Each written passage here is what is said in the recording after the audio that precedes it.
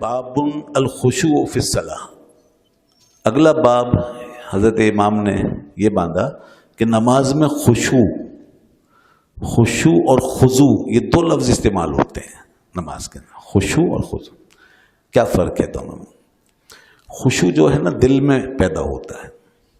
خشوع دل کی ایک کیفیت کا نام ہے، اور یہ کیفیت اس طرح پیدا ہوتی ہے کہ جب آپ نماز میں کھڑے ہوں تو آپ اللہ کے حضور میں اپنے دل سے حاضر رہیں اور تصور کریں کہ ایک بارگاہ ذوالجلال میں حاضر ہوں، میں خالق کائنات کی بارگاہ میں حاضر ہوا ہوں، اور اس کی شان، عظمت، ہیبت، جلال اس کا تصور کریں.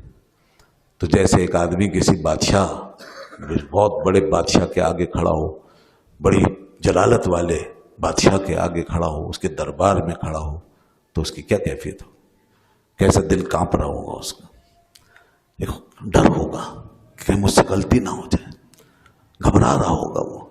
بس یہ کیفیت دل میں اللہ کے حضور میں آدمی کی پیدا ہو جائے. اور اس کا مظاہرہ دیکھنا ہو تو صوفیاء کرام کی عبادتوں کو پڑھیے، انہوں نے ان باتوں پہ عمل کر کے دکھایا. ان چیزوں کو اپنے حال کے اندر انہوں نے وہ کہ ڈھال کے پھر بتایا، جیسے وہ پڑھتے تھے نماز خشوع و خضوع کے ساتھ. تو یہ خشوع ہوتا ہے، دل میں اس کی کیفیت پیدا ہوتی ہے، اور پھر اس کا اظہار آنکھوں سے ہوتا ہے. خشوع آنکھوں میں بھی ہوتا ہے، یعنی آنکھ رونے لگتی ہے، ڈبڈبا جاتی ہے، آنکھیں گیلی ہو جاتی ہیں. تو یہ خشوع. ایک شخص کو آپ صلی اللہ علیہ وسلم نے نماز میں دیکھا، وہ اپنی داڑھی سے کھیل رہا تھا، بار بار داڑھی کو ہاتھ لگا رہا تھا. فرمایا کہ اگر اس کے دل میں خشوع ہوتا تو یہ اپنے بالوں سے نہ کھیلتا. تو خشوع جب ہوگا نا تو پھر ساری حرکت بند، پھر تو بس یہ ہیبت اختیاری ہوگی کہ کہیں مجھ سے غلطی نہ ہو جائے. اس کے بعد دوسری چیز کیا ہے؟ خضوع. خشوع اور خضوع. خضوع کیا ہوتا ہے؟ خضوع یہ ہے جو ہمارے جسم کی حالت ہوتی ہے نا، یہ خضوع ہے. اب جسم کیسے رکھنا ہے نماز میں؟ جسم کو ظاہر ہے کہ آپ کو جیسے تواضع کے ساتھ، بندگی کے اظہار کے ساتھ اس طرح رکھنا ہے جیسے سنت میں جیسے آیا ہے. نہ یہ کہ اکڑا کے، سینہ نکال کے، تکبر سے، ایسے نہیں رکھنا.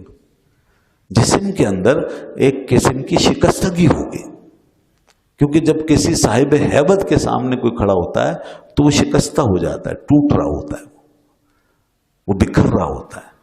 تو اب جیسے نماز میں گردن جھکا کے جسم کو ایسے تھوڑا سا ڈھیلا کر کے اور قدرے نیچے کی طرف مائل کر کے، یہ نہیں کہ ایسے کر کے کھڑے ہیں پورا سر اٹھا کے اور سینہ چوڑا کر کے اور کندھے باہر نکال کے، نہیں، یہ متکبر کی علامت ہے، یہ خضوع کے خلاف ہے. اسی طرح جب آپ رکوع سجدے میں جا رہے ہیں تو اسی وقار کے ساتھ، جس طرح ایک متواضع آدمی کو جانا چاہیے. نہ یہ کہ اکڑتے ہوئے جا رہے ہیں یا جلدی جلدی جیسے کوئی مطلب کھیل ہو رہا ہے یا ایکسرسائز ہو رہی ہے، نہیں، ایسے سکون سے. تو یہ جسم کی جو ایک کیفیت ہے نا، یہ ہے خشوع، اور جو دل میں پیدا ہوا تھا وہ ہے خشوع. تو نماز میں دو چیزیں مطلوب ہیں، خشوع اور خضوع. اور کبھی ایک ہی لفظ بولتے ہیں خشوع، تو اس میں ظاہر خضوع بھی داخل ہے.